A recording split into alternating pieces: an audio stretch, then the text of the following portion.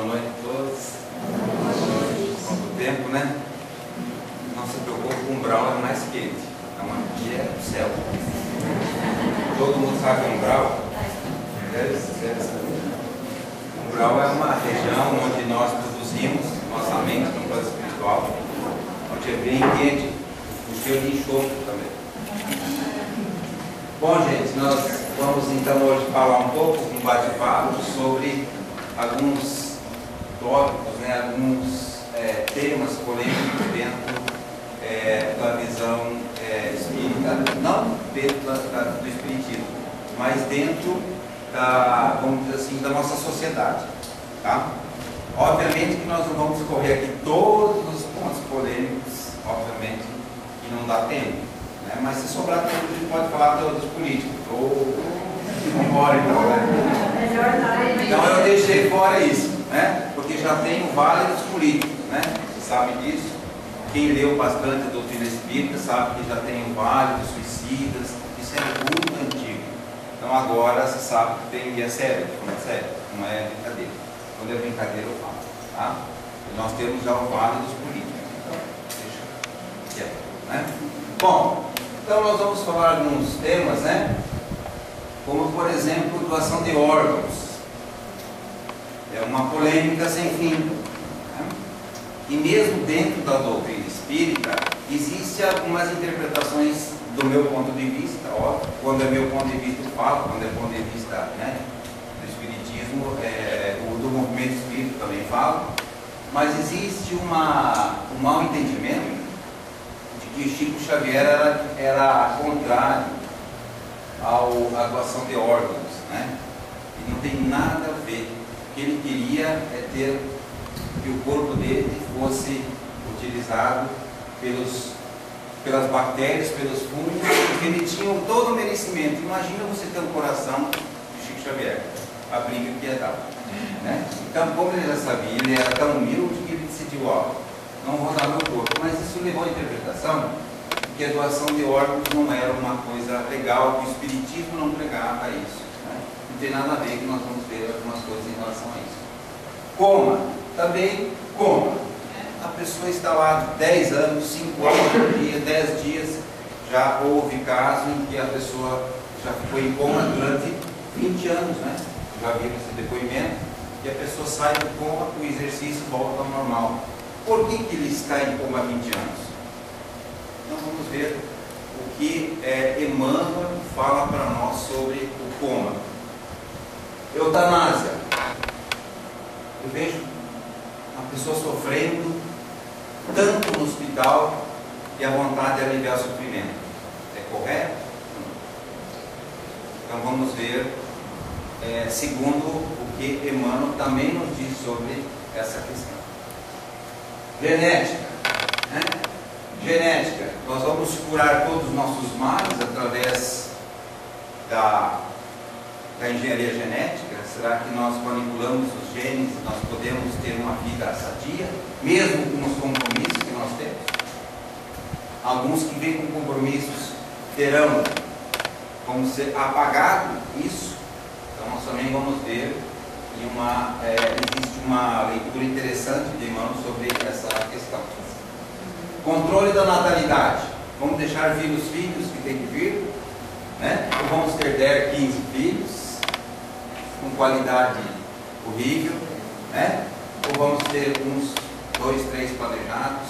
Vamos ver o que Chico fala sobre isso, e Emmanuel também. Bebê de proveta já está um pouco desatualizado, né? Bebê de proveta, mas também é um tema polêmico que nós podemos conversar. Inseminação artificial, vocês conhecem, hoje está muito em moda, não é moda, mas em função uma grande parcela da população ser infértil hoje, não digo grande, mas um número expressivo de mulheres e homens que estão já inférteis, né, por várias questões. Nós sabemos que diminuiu muito os espermatozoides vivos durante esses últimos 20 anos, por questões antrópicas e questões também de agrotóxicos, etc. Nós sabemos que existe uma redução muito drástica, aumento, né, das filas de inseminação artificial, somente no mundo também. E também tem a questão espiritual. E também temos a determinação do sexo. Mas eu quero ter um menino, né? Eu tive 2 meninas, eu não, né? Estou falando, exemplo. E eu quero ter um menino agora. Eu posso ter? O que vocês acham? Poder, tecnicamente, posso. Né? Tendo condição financeira, nós conseguimos. Mas será que isso é legal? Será que isso é espiritualmente adequado? Então nós vamos ver esses temas. A incineração. Morreu, vamos queimar. Virar fumaça. Vamos virar carbono. Tudo bem?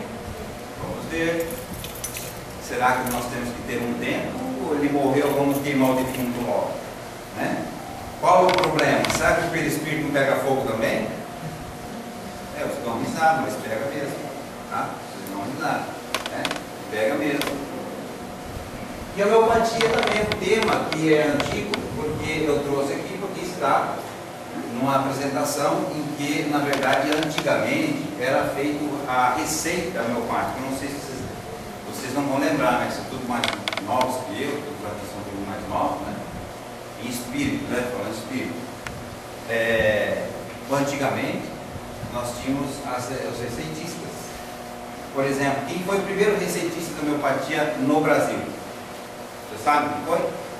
Bezerra de Menezes. Certo? Quem foi idealizador da homeopatia? Hahnemann, foi um espírito superior que escreveu Cólera no Evangelho segundo o Espiritismo. Ninguém sabe. Nós vamos falar um pouco sobre isso no final. Ok? Então vamos para o primeiro, que seria a doação de órgãos. Nós vamos deixar no final, talvez a nossa conversa lá nos 40 minutos, talvez dê para a gente conversar no final, fazer perguntas. Acho que fica melhor, né? Fica mais conveniente. Bom, então como eu havia falado, eu não quero tirar nada da minha ideia, né? Do meu pensamento. E sim, nós vamos tirar de uma palestra, do depoimento que Emmanuel deu pelo Chico no Pinga Fogo. Tá? Pinga Fogo, aproveitam e façam download, porque vai sumir com o tempo, né? Então é importante que a gente tenha isso aí, porque é uma riqueza fantástica. Não sei se você sabe, não concordo com isso, alguns espíritos não concordam. Na minha opinião, o Chico foi o prolongamento do Espiritismo, do Pentateuco. Os livros do André Luiz é um prolongamento, né, das obras do Pentateuco. E um dos livros que vocês notam que realmente é isso, é o Consolador. Que é perguntas e respostas. Vocês podem perceber lá que é uma continuação do livro dos Espíritos e é abordado assuntos lá que não é abordado em outros livros. E nem no livro dos Espíritos é abordado. Então é uma continuação. Bom, então a primeira pergunta em relação à doação de órgãos é a seguinte: o que a doutrina espírita pode falar a respeito de doação de órgãos, sabendo que o desligamento total do espírito pode às vezes ocorrer em até 24 horas e às vezes 72 horas, né? Quantos dias levou para Jesus ressuscitar, entre aspas, os espíritos? Quem é?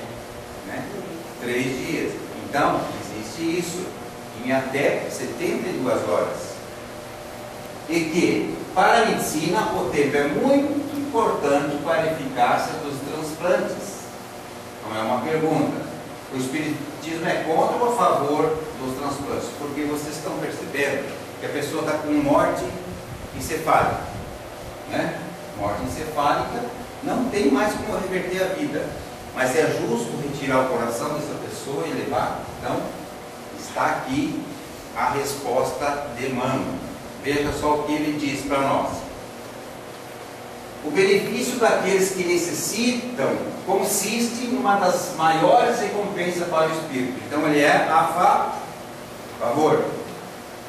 Veja, desse modo, a doutrina espírita vê com bons olhos a doação de órgãos. Quer dizer, a doutrina espírita é favorável à doação de órgãos, né? Essa história de dizer que Chico era contrário, não é verdade. Mesmo que a separação, agora é uma coisa importantíssima, mesmo que a separação entre o espírito e o corpo não se tenha completado, A espiritualidade dispõe de recursos para impedir impressões penosas e sofrimentos aos doadores. Que maravilha! O que acontece? Antes da retirada do órgão, a espiritualidade, você sabe que existe uma equipe no plano espiritual que faz o desligamento. Todos os hospitais e são católicos, nem todos os espíritos lá são espíritas, são católicos, evangélicos, de tudo, estão lá. Eles fazem o corte e retiram sem o sofrimento, sem a questão do quê? Do sofrimento.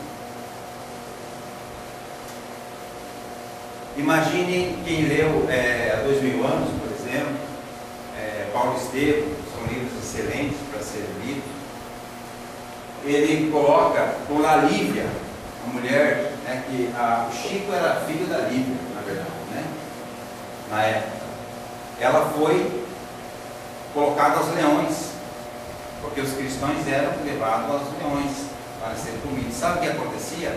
Eles iam felizes e cantando para a morte, porque sabia, tinha certeza que no momento que o leão ia fazer o serviço dele, obviamente, as pessoas eram retiradas do corpo, então eles não sentem absolutamente nada. Isso é o que? É o mérito de você ser o que? Fiel ao Pai, fiel a Jesus. Nós estávamos começando a semana e nós não temos, se eu vou falar por mim, mas eu não tenho fé nenhuma comparado com aqueles que passaram por nós. Nós temos uma fé, por isso que ele falava um grão de mostarda, né? Porque ele já sabia que a nossa fé é tão pequena. Fica sem dinheiro para ver. Onde é que está a fé? Da família. É briga e ar de que lado, né? Por quê? Porque nós não temos fé. Voltando aqui, vocês estão entendendo o processo?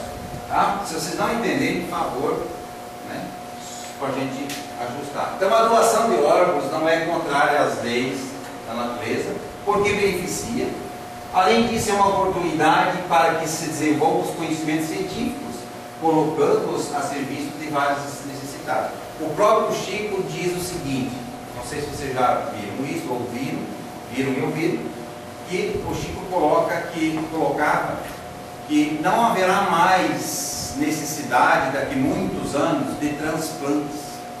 Por quê? Porque, por exemplo, a França, ele já tem um rim artificial em teste. Está trabalhando perfeitamente. E olha que é um complexo um rim, né? Qual a vantagem? Que não tem o quê? Rejeição. Essa é a grande vantagem. Então nós evoluímos para isso, né?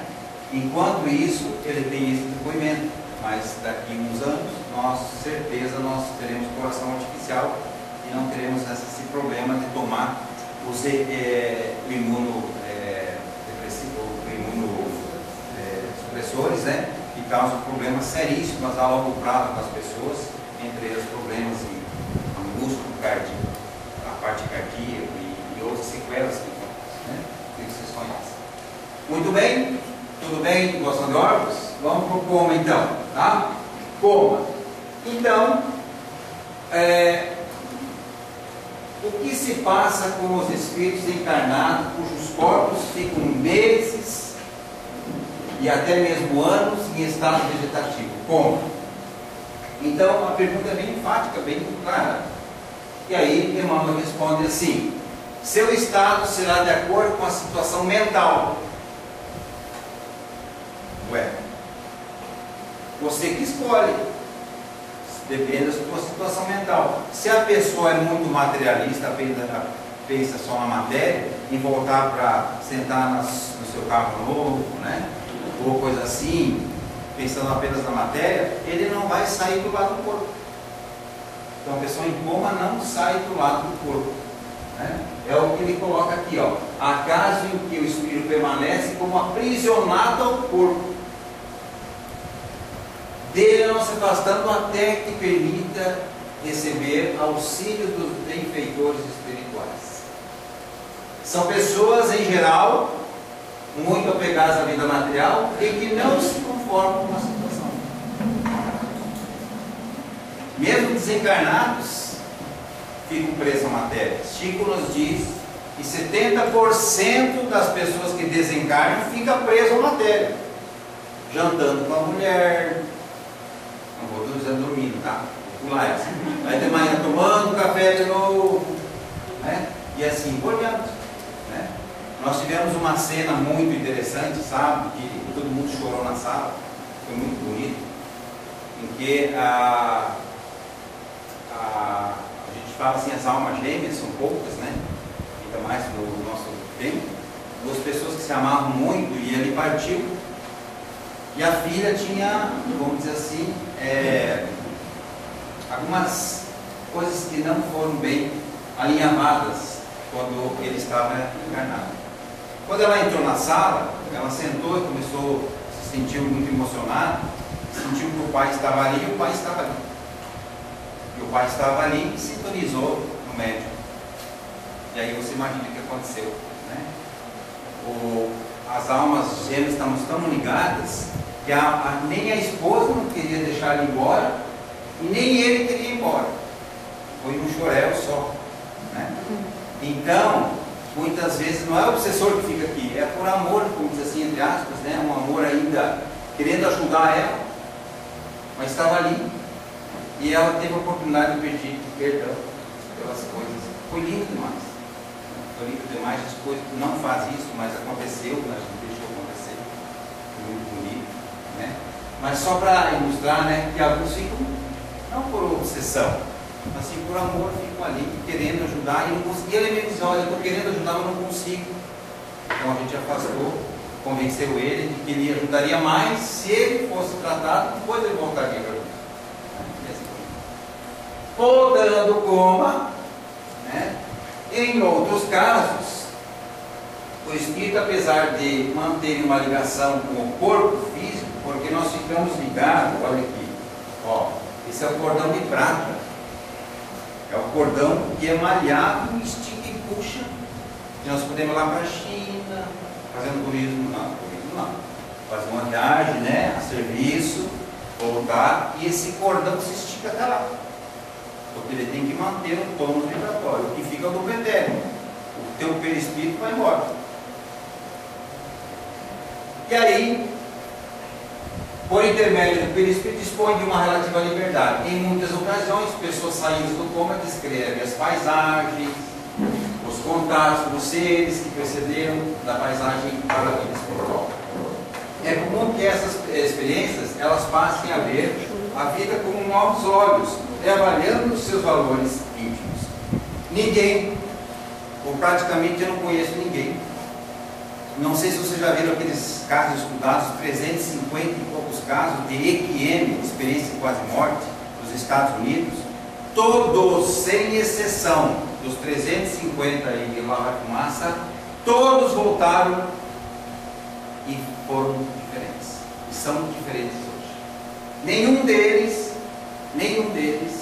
mantém a vida que tinha antes. Por quê? Porque provavelmente eles viram que existe a vida além da morte, né? Além dessa vida física, e que eles foram visitar lugares maravilhosos. Mas lá é tão bom, por que você, né?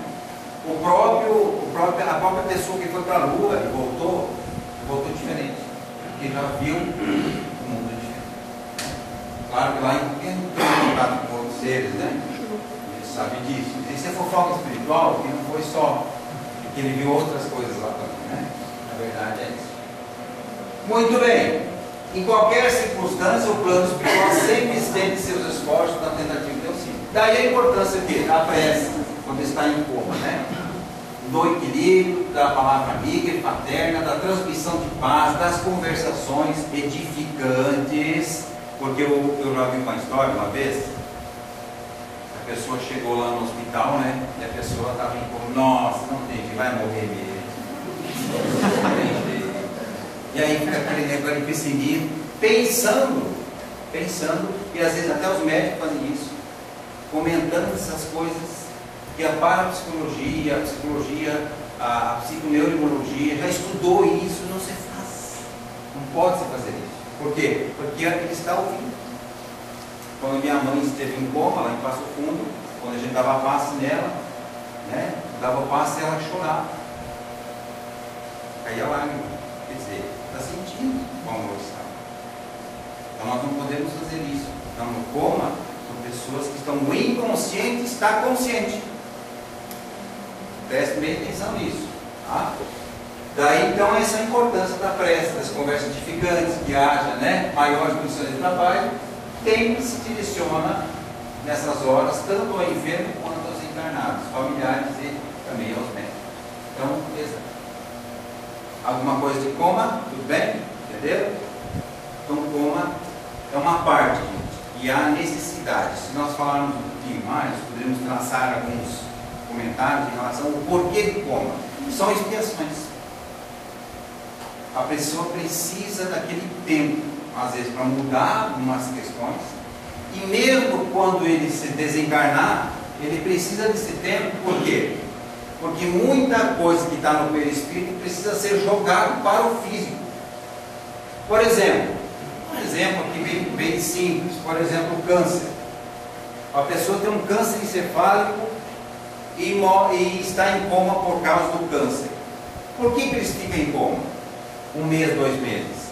Porque o miasma, a massa doentia, o câncer está onde? Gente, nenhum câncer nasce no físico. Esquece isso. Esquece. Nasce aonde? No perispírito. Então ele tem que jogar tudo que ele tem. Nós acompanhamos uma criança durante alguns anos aqui, ele foi o último dos 2 anos de vida, que estava tomado, contei aqui outra vez, né? 3/4 do cérebro era por câncer. Né?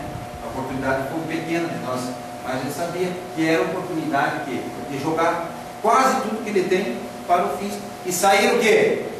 Limpo. Limpo. Por quê? Então a gente só pensa na vida física. Mas a verdadeira vida é aqui. A gente esquece todo dia disso, né? A gente acorda esquecendo disso, a gente dorme esquecendo disso, né? Por causa da lei de conservação, porque a gente quer conservar a vida, mas a verdadeira vida é espiritual, não é? Graças a Deus, né? Lá tem menos políticos, parece. Bom, eutanásia é outra questão. Desculpe estar muito escrito aqui, mas é que não dá para perder, e não deve ser eu que está escrevendo aqui, então desculpe, né? Nas nossas aulas a gente não faz isso, né, Oswaldo? Não pode, né? Não pode. Didaticamente não pode fazer isso. Mas só para deixar bem claro a visão de Emmanuel. Então, eutanásia. Olha o cloreto de potássio aqui, né? Qual postura se deve ter perante a eutanásia? É a primeira pergunta. Estando o corpo físico sendo mantido por instrumento, o espírito continua ligado a ele ou não? São 2 perguntas. Primeira, a resposta de Emmanuel: os profissionais e responsáveis por pacientes que consentem com a prática de eutanásia, ou seja, os favoráveis à eutanásia, imbuída de ideias materialistas, desconhecem a realidade maior quanto à imortalidade do espírito. Desconhecem. Eles estão vendo sua vida física. Lógico, gente, se eu verificasse sua vida física, eu também ia se for por eutanásia. Lógico. Não é? É mais fácil. Ué, deixa o sofrimento. Mas não é assim. As coisas não são assim. Quando a imortalidade do espírito, a morte voluntária é entendida como o fim de todo o sofrimento, mas trata-se de considerável engano. A fuga de uma situação difícil, como uma enfermidade, não resolverá as causas profundas que a produziram. Quer dizer, a eutanásia não vai resolver o problema, porque ele vai sair do corpo físico e vai continuar com o problema. Não é? Porque ele não drenou o suficiente. Resolverá as causas profundas que a produziram, já que essas se encontram em nossa consciência. Então, a nossa consciência, né? É necessário confiar, antes de tudo, na providência divina, já que tais situações consistem em valiosas lições, em processo de depuração do espírito. Foi o que eu falei antes. Isso é Emmanuel que está falando. Ok? Os momentos difíceis serão seguidos mais tarde por momentos felizes. Aí que tá, porque se você se liberta de um câncer, se liberta de um miasma, de um problema sério, você se torna muito mais feliz. Teve um caso, um irmão de uma médium nossa que morreu com câncer generalizado no intestino. Gente, as médiuns enxergavam ele translúcido, porque ele deixou tudo. E ele entendeu, não é porque ele entendeu que a vida continuava no final da vida. E aí ele se libertou, vamos dizer assim, entre aspas, né? Ele realmente confiou, disse, realmente não pode acabar aqui, né? E aí ele apareceu um dia para dizer, agradecer, uns meses depois, agradecer a oportunidade de estar ali e ser tratado. Eu sempre falo pela espiritualidade, porque nós somos ali apenas por intérpretes, né? Somos ali apenas instrumentos, mais nada. 99% é a espiritualidade que faz, né? Deve-se lembrar também que a ciência médica, é necessário confiar nessa providência, ou os momentos difíceis serão seguidos por um momento mais feliz. Deve-se lembrar também que a ciência médica avança todos os dias e que males antes incuráveis hoje recebem tratamento adequado. Então, uma pessoa às vezes entra num processo de coma, não tem cura, mas daqui 5, 10 anos já acontece. E já aconteceram vários casos assim. Então, quem sabe se amanhã vai ter a cura? Estão se congelando, né? Se tem mais dias, se congelam, etc. Né? Eu acho que sentir um pouquinho de frio eu não vou querer. Mas de ficar do lado, né? Como ainda sou muito materialista, vou chegar perto e sentir o frio é muito. Vou deixar assim, né? Melhor lá para cima, né?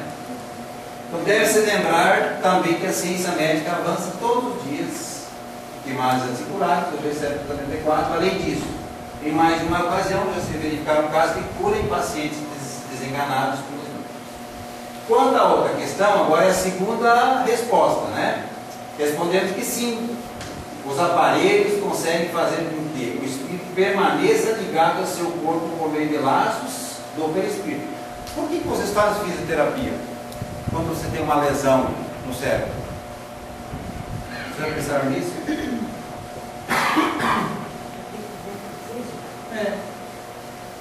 Só para fazer uma relação com isso. Por que vocês fazem fisioterapia? Ah, lesionou uma parte do cérebro que comanda a minha perna, e eu vou lá no fisioterapeuta. E aí, com o tempo, dependendo da lesão, você começa a ter. Por quê? Porque o estímulo motor faz com que se desenvolva outras áreas do cérebro, né? E aí ativa quem? O espírito também. Não é isso? Então, tem uma analogia. Quanto à outra questão, por meio de laços, isso ocorre porque eles conseguem superar até certo ponto as descompensações e desarmamento vital que o organismo está usando para terminar. Então o corpo mantém o tônus, a energia para que o perispírito funcione e assim mantenha. Muito bem. Ok, genética. Então seria o outro ponto, né, que foi levantado. A ciência se aperfeiçoa e caminha, é uma pergunta, para resolver todos os problemas genéticos, ou seja, não mais nascerão crianças defeituosas. Isso ainda é a pergunta. Pode-se concluir que os espíritos necessitados não mais terão oportunidade de reencarnar com provas difíceis para cumprir. Quer dizer, se a engenharia genética está aí, o bebê tem alguma anomalia, vai lá, conserta, de certa forma e tal, né? Ele nasce perfeito.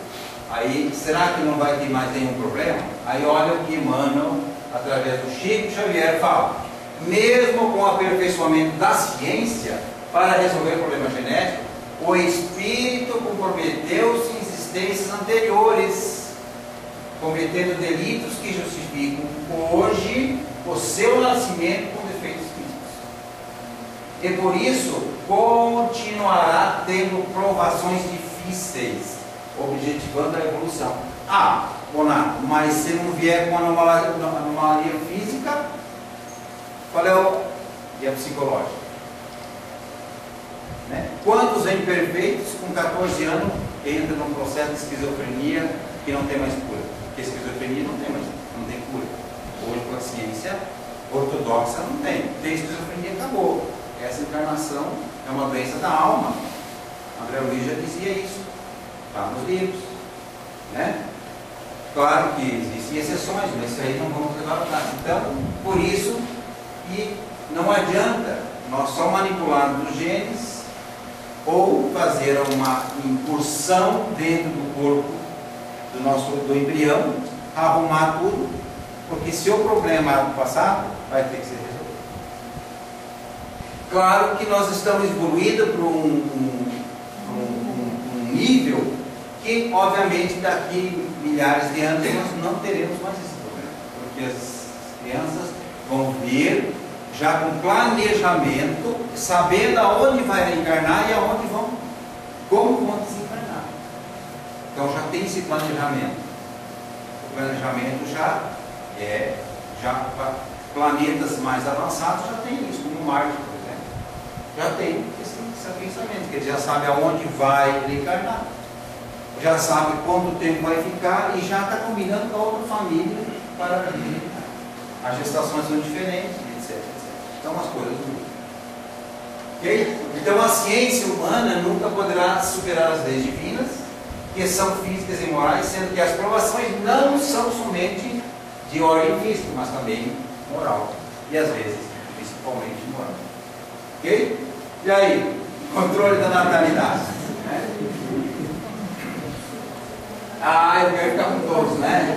Planejar seria bem melhor, não é? Então Chico diz o seguinte, um livro pequenininho, né? Psicografado pelo Bacelli, ele diz assim: se é para ter filho e tratá-los mal, melhor não tê-los.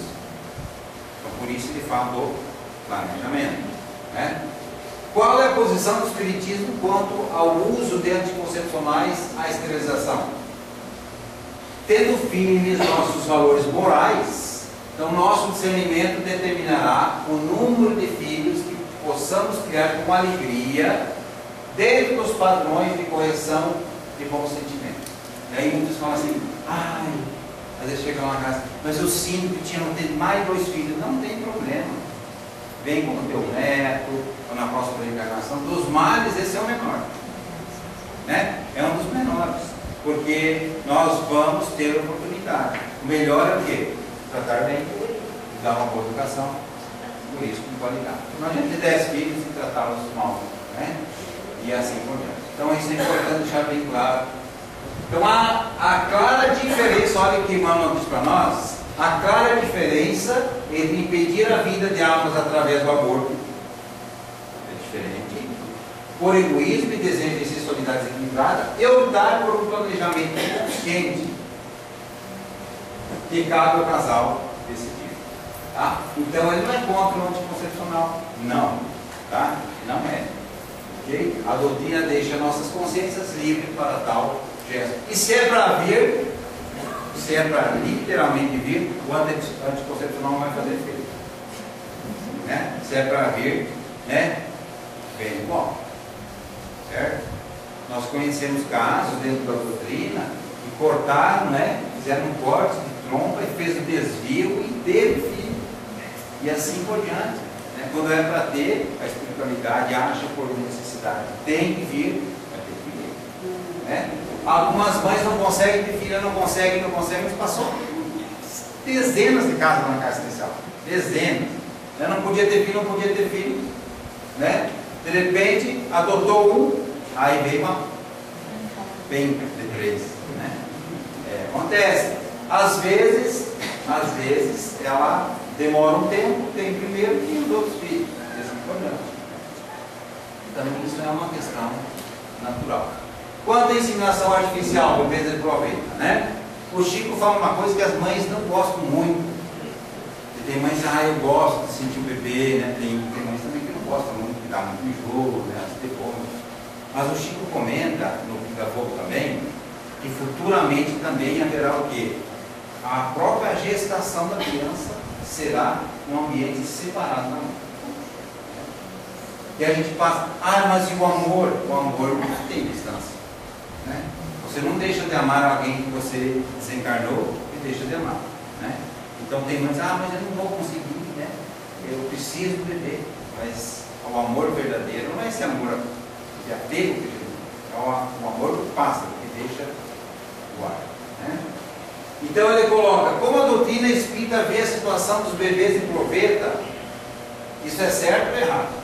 Bom, a espiritualidade inspira e acompanha os progressos da ciência, inspira, né? E acompanha os progressos da ciência, e os pesquisadores não conseguem realizar o que não tem apoio nos laboratórios definidos. Quer dizer, se lá não tem apoio, aqui não consegue fazer. Né? Por exemplo, se eu quero fazer um clone da Lorde aí, né? Para botar mais ser espírita aí, eu não consigo. Não tem jeito. Quanto ao animal lá, eles conseguiram. Né? Mas talvez da Lorde não consiga. Por quê? Porque é uma espécie rara, não. Ninguém merece tudo. Aí o que acontece? Nós não conseguimos por quê? Porque os laboratórios do infinito não permitem. Os engenheiros siderais ainda não permitem fazer isso. Por quê? Senão vai virar o quê? Vou fazer uma cópia de mim, eu estou saco cheio, quero me ver, né? Usando espelho, né? Vou fazer uma cópia. Não é assim, né? Eticamente, isso seria complicadíssimo. Então, dentro da correta orientação médica, esse tipo de concepção pode ser tratado, não nos esquecendo de que muitas crianças sem lar anseiam por nosso afeto, em caso de impedimento físico para gerar um corpo. Gente, com todo respeito, né, a todos, cada um tem sua maneira de ver, mas quantas crianças estão aí para serem adotadas? Você fica 1 ano, 2 anos, 3 anos, eu quero que saia bem menino. Né? Tem tantas crianças que, né, precisando de amor aí. As pessoas esquecem que o amor é Isso. Né? Então, isso é importante. Né? E muitas pessoas têm compromisso, ficam sem filho, ficam revoltadíssimos no final da vida, têm uma velhice horrível, né? Porque ficam sozinhos, e a gente já acompanha o caso.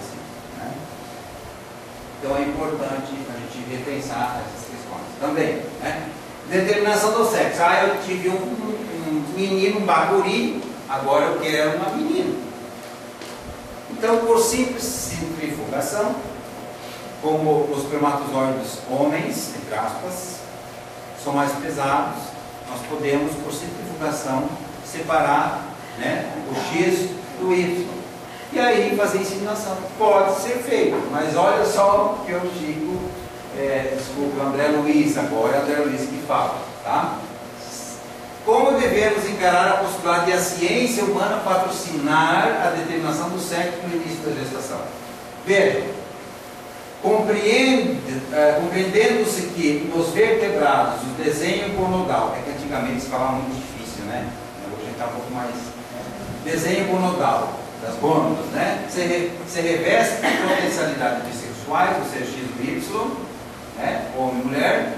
No começo da formação, é claramente possível a intervenção da ciência terrestre na determinação do sexo. Isso lá em 1950 que falou isso, gente.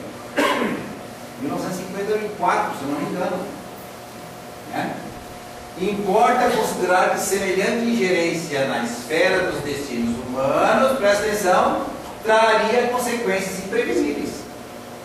A organização moral entre as criaturas, porque essa atuação indébita se verificaria apenas no campo morfológico, impondo talvez inversões desnecessárias, imprimindo graves complicações ao foro íntimo de quantos fossem submetidos a tais processos de experimentação e experimentação, né? Positivamente contrários à inteligência que reflete a sabedoria de Deus.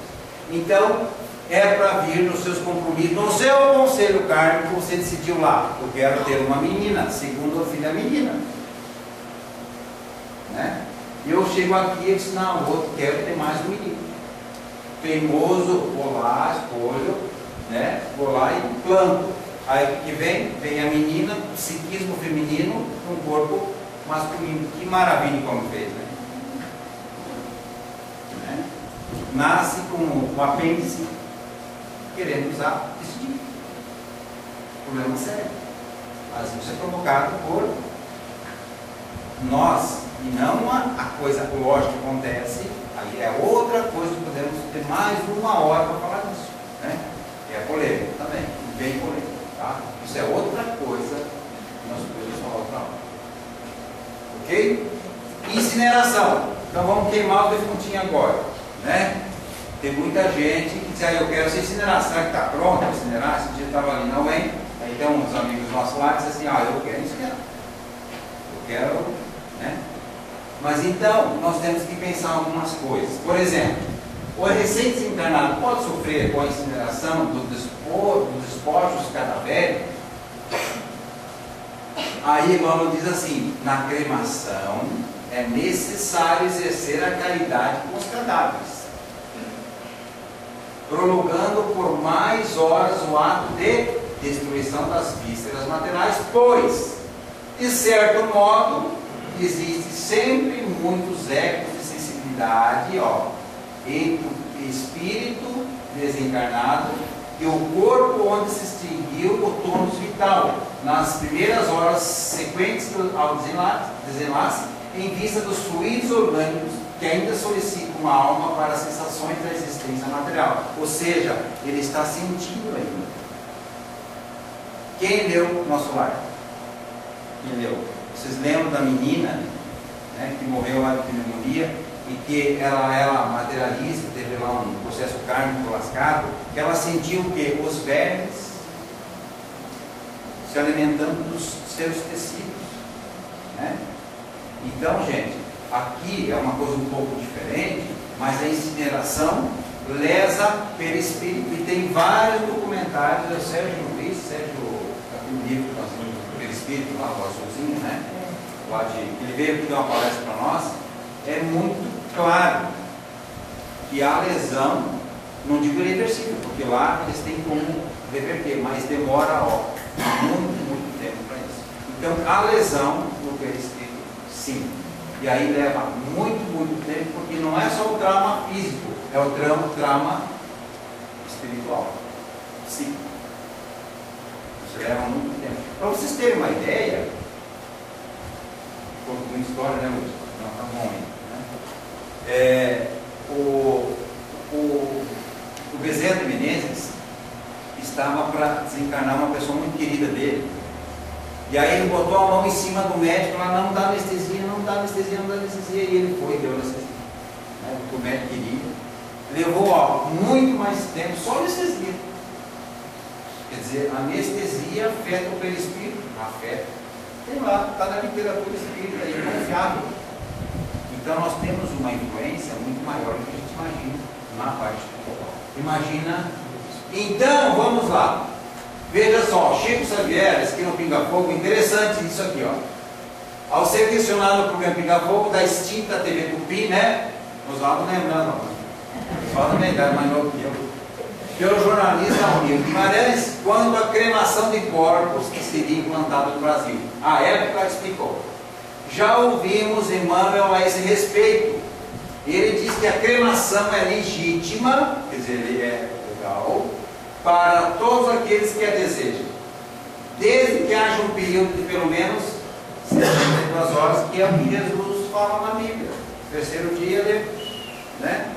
Claro que Jesus não levou todo esse tempo, né? Conversa fiada. Ele saiu como saiu, só que ele tinha que dar exemplo. 72 horas de expectação para ocorrência em qualquer forno crematório, o que poderá ser verificado com o depósito de despojos humanos em ambiente frio. Porém, Richard Simonetti, em seu livro Que Tem Medo da Morte, um livro legal também, bem interessante, né? Ele tem bastante piadas lá também, é interessante ler. Lamenta que nos fornos crematórios de São Paulo, por exemplo, espera-se o prazo legal de 24 horas. E não obstante, o regulamento permitir que o cadáver permaneça na câmara frigorífica, coisa feia, né? Frigorífica, pelo tempo que a família desejar. Quer dizer, a família pode pedir para ser 72 horas, mas o prazo instituído legalmente é 24 horas. Tá?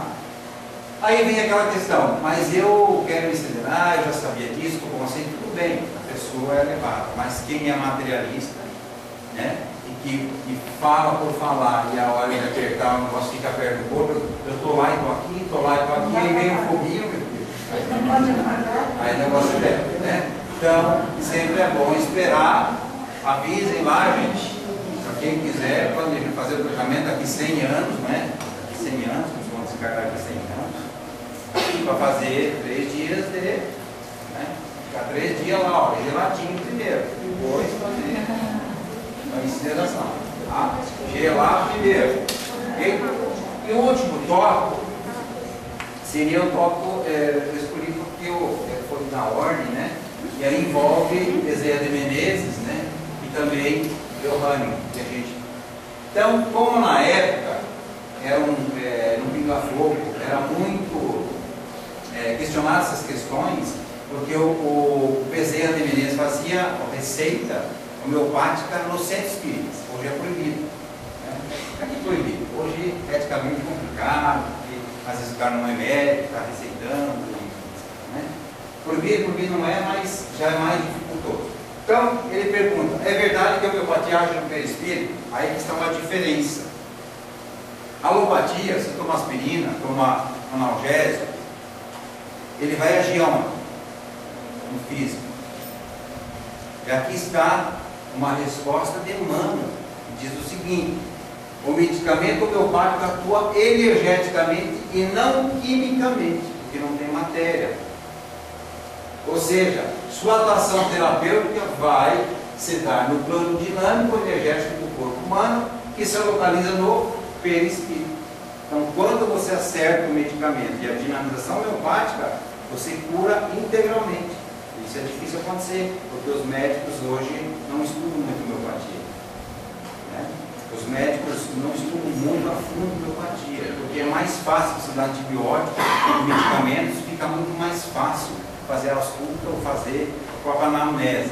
Para fazer a homeopatia você precisa de 1 hora, né? Fazendo uma anamnese de uma pessoa, no mínimo 1 hora, para que você consiga a informação do indivíduo, para que seja feita então a prescrição, né? A medicação então estimula energeticamente o perispírito, que por ressonância vibratória equilibra as funções existentes, isto é, o remédio exerce 2 funções enquanto atua.